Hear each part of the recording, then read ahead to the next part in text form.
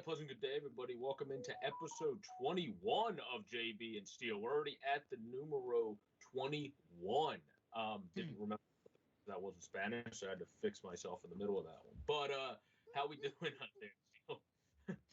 Oh, man, I'll tell you what. Doing great, doing great. Looking forward to another great edition of the JB and Steels. Wow, 21. Man, it's hard to believe we've cranked off 21 of these bad boys already. You know what I'm saying? Yeah, Right? some of them have been a little bit spaced out. That's because we all do a bunch of different things between check us out on the Old Genre Music Fest for music. Check out Peerlo Wisdom. We're up on his channel, Payton on the radio, and of course SteelFlyers right here.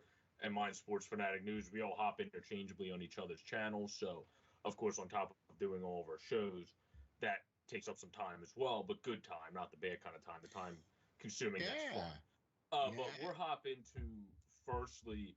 Since we're more bigger hockey guys, we'll start with basketball and end on the hockey. The basketball is 2-2 right now. It's been an interesting Game 5 series. tonight. Yeah, Game 5 is tonight. It's in Golden State. I think this is the game. If it goes in favor of the Golden State Warriors, that's all she wrote, and the Warriors are going to win at home in Golden State. And I think they got off to a bad start. They weren't able to hold the Celtics enough in Game 1. They didn't, but Game 2 they got off to a great play. They then did the exact opposite, held the Celtics offense under 90 points. So they really bounced back well.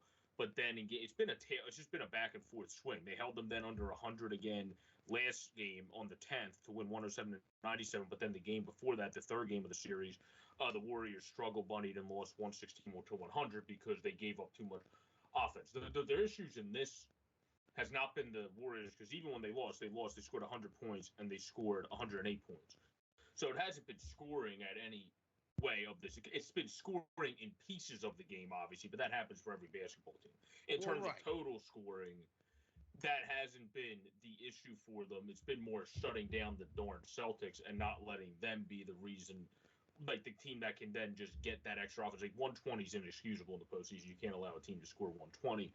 And then 116, you want to keep a team under 110 in the postseason to have a good chance to win the championship defensively, even with how good with Clay, with Poole, and with with Clay, with Poole, with Curry, and even Draymond thrown in there, how good the Warriors are. You're going to need to use your defense as well as your offense to be able to beat a team that's as good as the Celtics, albeit with less experience than your club. So, I mean, the fact that both teams have each won 2 games, and quite frankly, the Celtics scored 120 in Game 1. They scored 116 in Game 3. Okay. The Warriors both scored 107 and they're both both of their wins, and the Celtics didn't even they got 88 one and 97 the other, right? Yeah, the one they got kept under 90, the other they got kept under the century mark by 3. The Warriors, right, have scored 108 was in Game 1, 107 Game 2, 100 in Game 3, 107 in Game 4. Mm-hmm. Pretty consistent there, where the Celtics seem to be scoring more in the games they win. The games they lose, they're barely breaking 100. Yeah, that's why this series has been the Warriors' defense. You could look at it that way from the Celtics. Just say the defense has been good for 2, which is Game 2 and Game 4, and has been bad in the odd number games. So that means tonight, if we're going by that, they're going to suck tonight. Because this is Game 5. So this should be according to the little pattern not going on here. By stupid patterns that mean nothing. I would say what I kind of take from this is the Warriors, to me, if they can D up and they can play because they have more of that experience, they showed it in the game that they were able to win 107-97, because yes, they won by 10 in the end, but that game wasn't like the 107-88 game where it was really kind of in the favor of the Warriors for most of it, because they just supplanted the Celtics. This one they had to pull away a little bit. I would say if they can play that type of defense, even, they're going to still win this one, where I think this is the game, because if the Celtics take it in Golden State for Game 5 and that weird pattern of the odd number games continues, they're going to win this series, because they can't go back to Boston and just win it there. So that's going to give them a great ample chance to win it. If they now lose this game, I think the Warriors could just close it in Boston, because they're going to carry the momentum. They're going to be able to D up again. and be able to D up in Boston like they did last game to be able to win by that 10 above 10 score of 107 to 97. So I think that's kind of the way it'll shake out, if depending on who. This is really the deciding game of Game 5, and that's how it is in any sport when it's a 2-2 draw in a series and you're coming into Game 5. Yeah, exactly. You know what I mean? And this will probably be like one of the harder fought games probably in the series so far, because this is exactly what you're talking about right here. And we saw that even in the NHL too. Game 5 was the marker. You know, you break the marker and you win that extra game no matter where you are. If you're at home, that's cool, but if you're away, that's even cooler. And that's usually what we have found has been the key, is the teams that can win on the road. Do you know what I mean? Yeah. So Yeah, if you can win a road game in the playoffs, it doesn't matter if it's the playoffs or the finals. As long as you can win a road game, your chances of success have just increased by, 33.333333%. You know what I mean? Right? So what I'm saying is that I agree with you. If the Celtics are able to take it to the Warriors in this game, then I believe that they will probably win, and vice versa. If the Warriors are able to hold the Celtics and win, I think they'll be able to do the same moving on. Yeah, I think this is really the deciding factor game of this, and I still personally believe with the experience and with the fact that they have Poole added to Curry, I do think the Warriors are still going to win the finals. But just from the overallness, I think everything we said is true. Whoever wins tonight's game has the best chance. But I do think the team that would have the best chance to win, even if they lose tonight, would be Golden State because of the experience factor.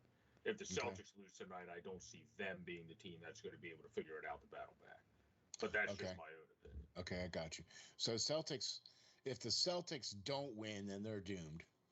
Where I feel like the Warriors are not in a good spot at all and are destined. Like at that point, the Celtics they're going to make them be pretty destined to lose, but they have a better chance to come back.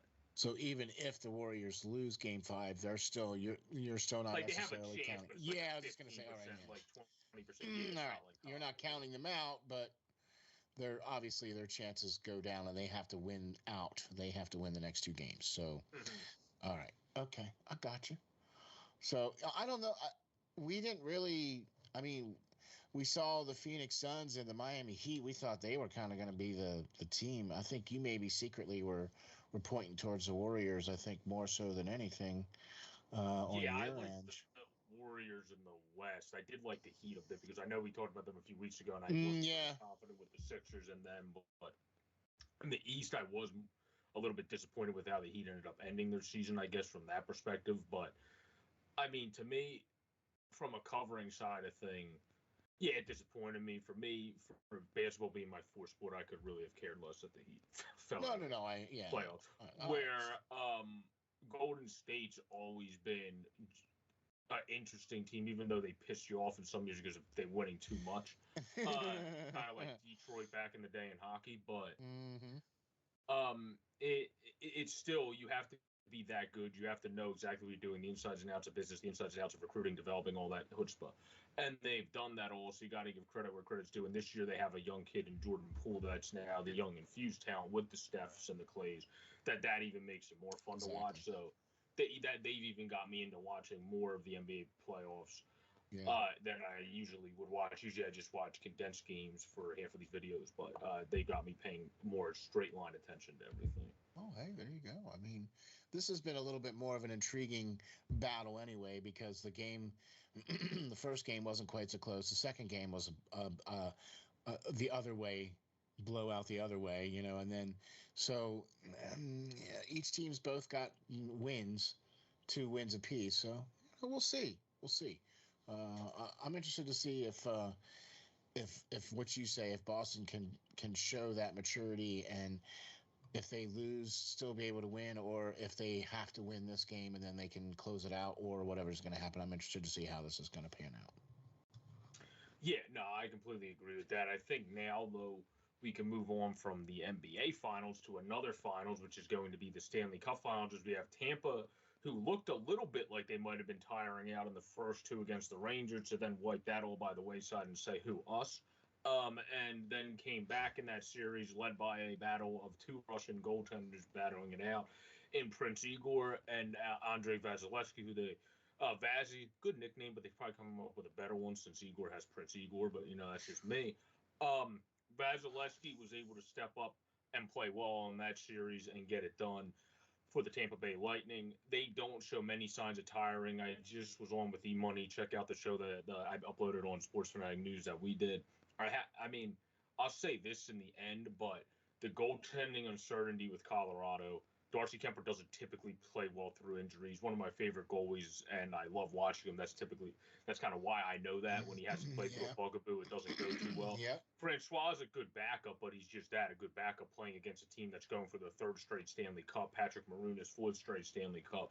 Corey Perry is playing for his third different team in his third straight Stanley Cup. So you got a lot of interesting you'd think you'd want to get that guy on the team, you know what I mean? Yeah, you got a lot of, or Maroon. They have both. So they had a very good chance of getting to the Stanley Cup, considering two guys that seem to not miss it are on their team.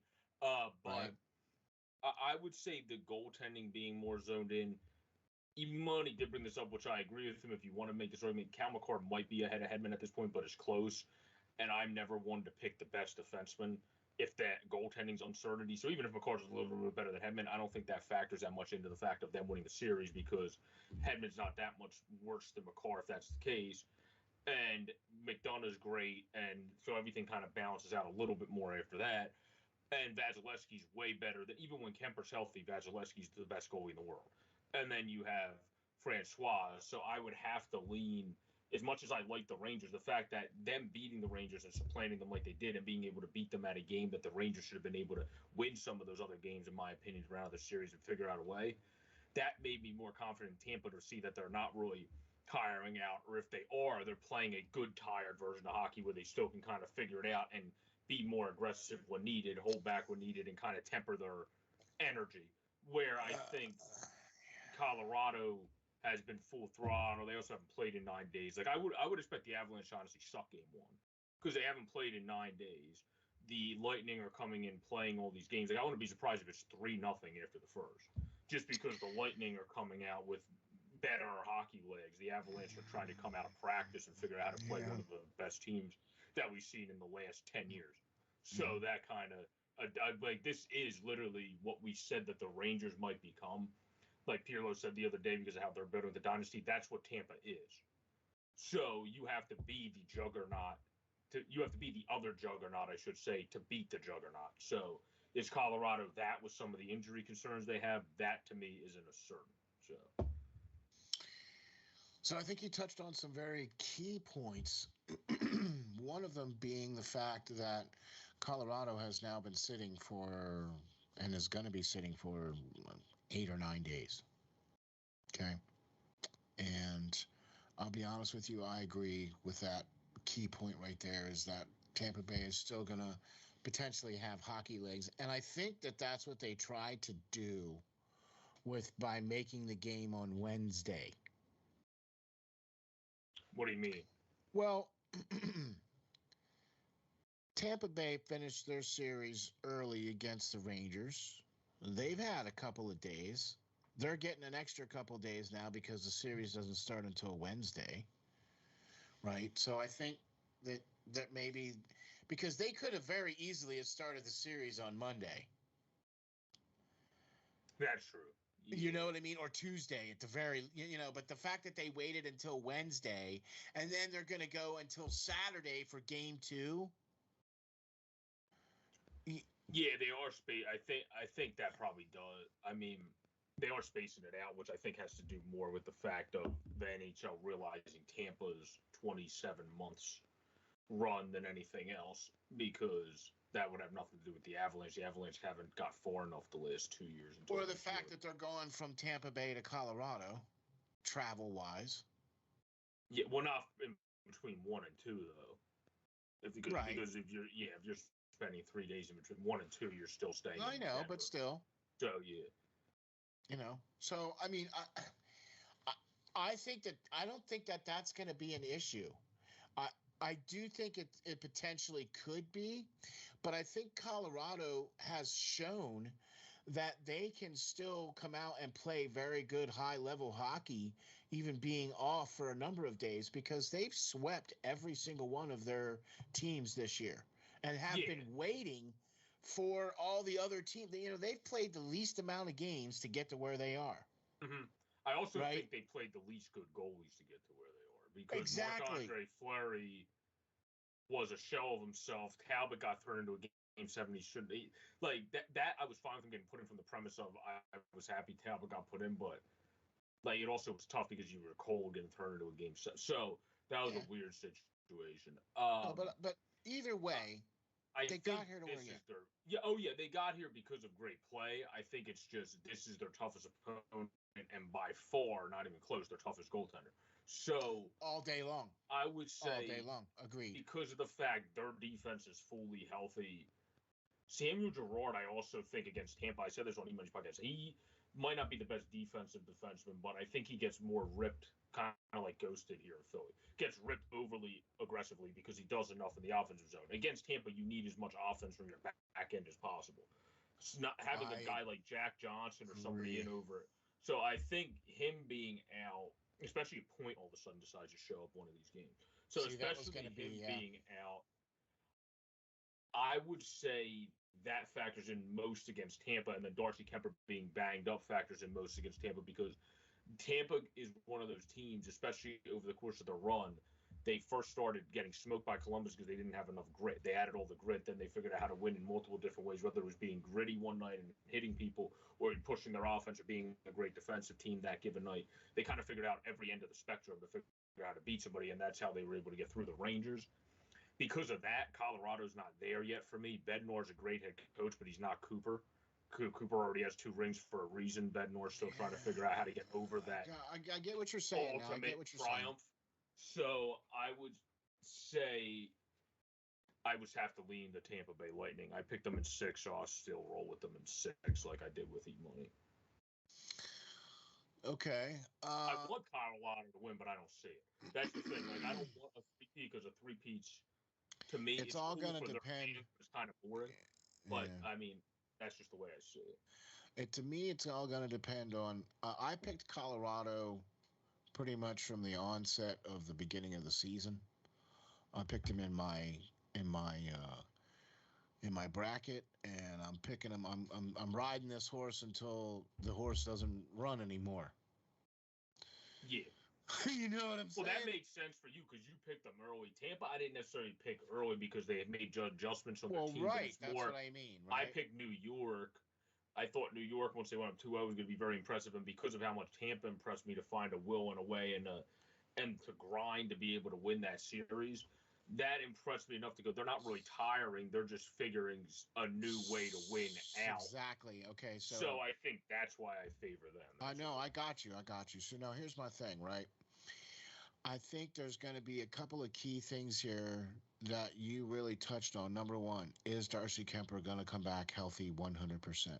And if he is, then I'm not as worried about Colorado's other injuries. Yeah. Oh, yeah. Okay. Or, I mean, look, I understand, Kadri being out is not one of the, most important keys to Colorado winning or losing, but he's a very important cog in their number 1 power play. Okay, and let's face it, Tampa Bay and Colorado, there's going to be some power plays. Yeah, and right now it seems like Game 3 would be the best bet, where Game 1, it looks like from following along with stuff he's going to be out. 2 is like their try, but 3, I would say, like once they do that next travel day, that would be like the travel away. Right. So that to me is going to be key for Colorado. Is Darcy Kemper going to come back, and are they going to be able to get everybody back healthy? If they are, okay, and I'm saying, if everybody's able to come back healthy, and I can understand if they miss Kadri, and I wouldn't necessarily blame Colorado for not winning a finals cup game because he's not there. Do you know what I mean? They've been able to win without him there. You know what I mean? So I'm not necessarily worried about that. I'm more worried about Darcy Kemper. Yeah. So if Darcy Kemper is not able to show up and play and be the Darcy Kemper that he has been this season, then I'm a little bit more worried about Colorado not being able to overcome Tampa Bay's offense. If now flip the switch, if Brandon Point can come back for Tampa Bay, because I think that's going to be majorly key for them to play against Colorado, to play against the onslaught of Colorado's offense. You're going to need all hands on deck in Tampa Bay. Yeah, it gives that extra dimension. We talked about in the one with Money how big Andre Palat stepped up, and he deserves all the credit for becoming a star this postseason, not just a B-plus contributor with the Stars. Right. Okay. But so that would be right. huge. Okay. So to me, and we've already seen. We don't even have to ask this question because we've seen Stamkos step right up and be the captain, be the man. I would say Kucherov and yes, or Vazzy would be the Conn Smythe if it went to the Sergachev. Sergachev has been another one that's really stepped up for Tampa Bay as well, too. So these are the guys that need to really continue on their path if they want to get to that, third rung and get that other ring. But quite frankly, I think there's going to be a very, very, very difficult Colorado team in their way. And Colorado's not going to go gently into this good night. And quite frankly, I think I'm still picking Colorado. I'm just going to say in 7. 7, okay. Yeah. So you have Colorado in 7. I have Tampa Bay in 6. All the reasons you said, I kind of get where it's more. This is just a series. You have one juggernaut that doesn't seem like they're fully necessarily Stanley Cup. No, I get what you're saying, though. Yeah. And then you have another that's won back-to-back Stanley Cups that you're trying to take down. Basically, it's basically David and Goliath. No, I get you. That's pretty much the best way to put it. Yeah, it's pretty much David Goliath. Yeah. But the David is actually really kind of. I saw this great little. It's a on steroids version. There you go. I saw this great meme of the depiction of the conference finals, and the conference finals was Godzilla versus King Kong, and that was Andrei Vasilevsky versus Shesterkin, right? And then there was a cartoon guy that was the same cartoon guy.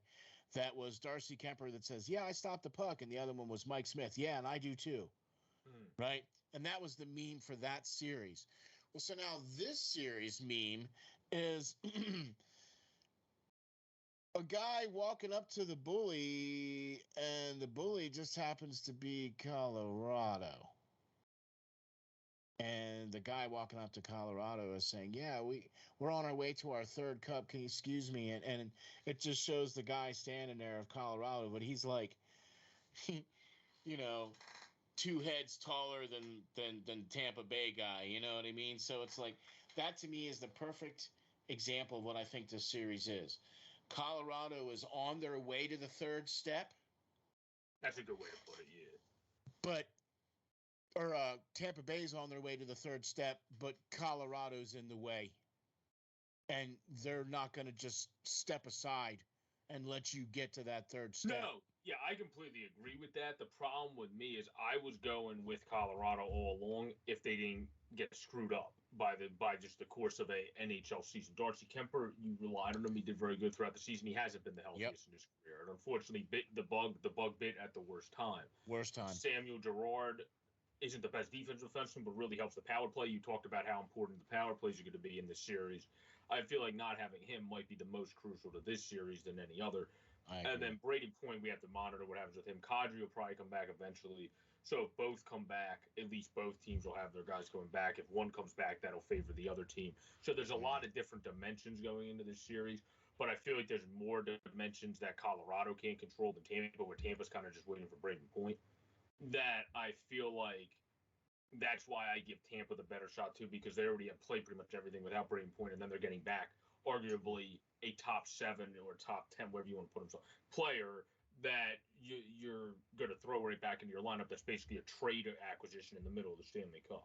So I feel like that makes it tough for me when you have the best goalie in the world, the guy that's probably going to become the next Bergeron now that Bergeron's retiring, coming back potentially. And so, like, I think that's going to, well, we think he's retiring. Let's put it that way. Not official yet. So I think that plays a lot into it for me. Yeah, I agree. I agree 100%. Either way, I think this is going to probably be, because I thought this was going to be the finals last year or the year before. I think it was the year before. I thought it was when Grubauer in Colorado were cranking it off there, and I think it was the second. I think that might have been last year. Last year, yeah, it was last year, right? And then Colorado. See, this is the first time Colorado's been in the Cup Final since 2001. Yeah, it's been a minute. Yeah, I mean, for that, that's why I feel like it's like usually you have like Tampa did. You had this waking up period. Colorado hasn't seen it yet. They've been sweeping everybody. Their waking up period, like Tampa had, which was early in the playoffs, might be the Stanley Cup because they haven't really had that slap in the face. Yeah. Where I feel like every team usually hits that. There's only a select few that don't. When then those teams would be considered like top 5 of all. Some of Chicago's teams, some of Detroit's teams. And then I get what you're saying. Yeah. I know exactly what you mean. Let me ask you a question, right? So game 1 is in Colorado? Yeah. Right. If Tampa Bay comes into Colorado and wins game 1, then I think Tampa Bay is going to win the series. But I think if Colorado wins game 1, then it's going to go all the way. Yeah, I do think it has a chance to go 7. Then I think if Tampa wins game 1, that would have it the best chance to go 6, where I would take Tampa in 6.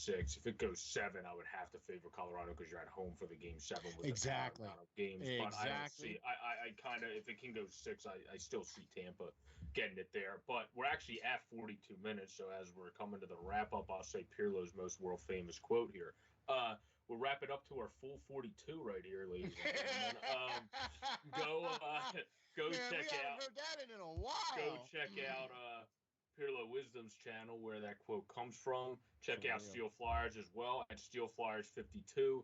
Pirlo is at Pirlo's NHL Pal, and then I'm at JJBora26 on Twitter. Steel, do you have anything else you want? Oh, All Genre Music Fest. Check that out as well. Steel, anything also, else?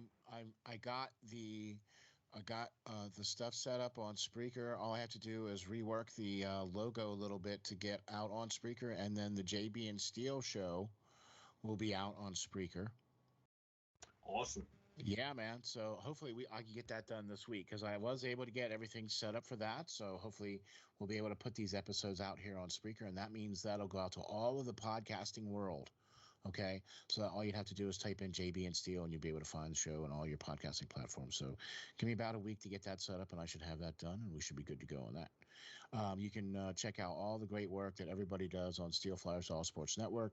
Check out everything from the great Joe Boric, the great Pirlo Wisdom, the awesome Peyton on the radio. Those guys, man, I'll tell you what, they did a great job for the playoffs this year. Can't wait to see their coverage of the Cup Finals. Also, can't wait to see Off the Wall Hockey's coverage of the Cup Finals as well, too, man. He does a great job as that for well, too. Yeah, man. Oh, my gosh, dude. Check it all out, man. Can't wait to check it out.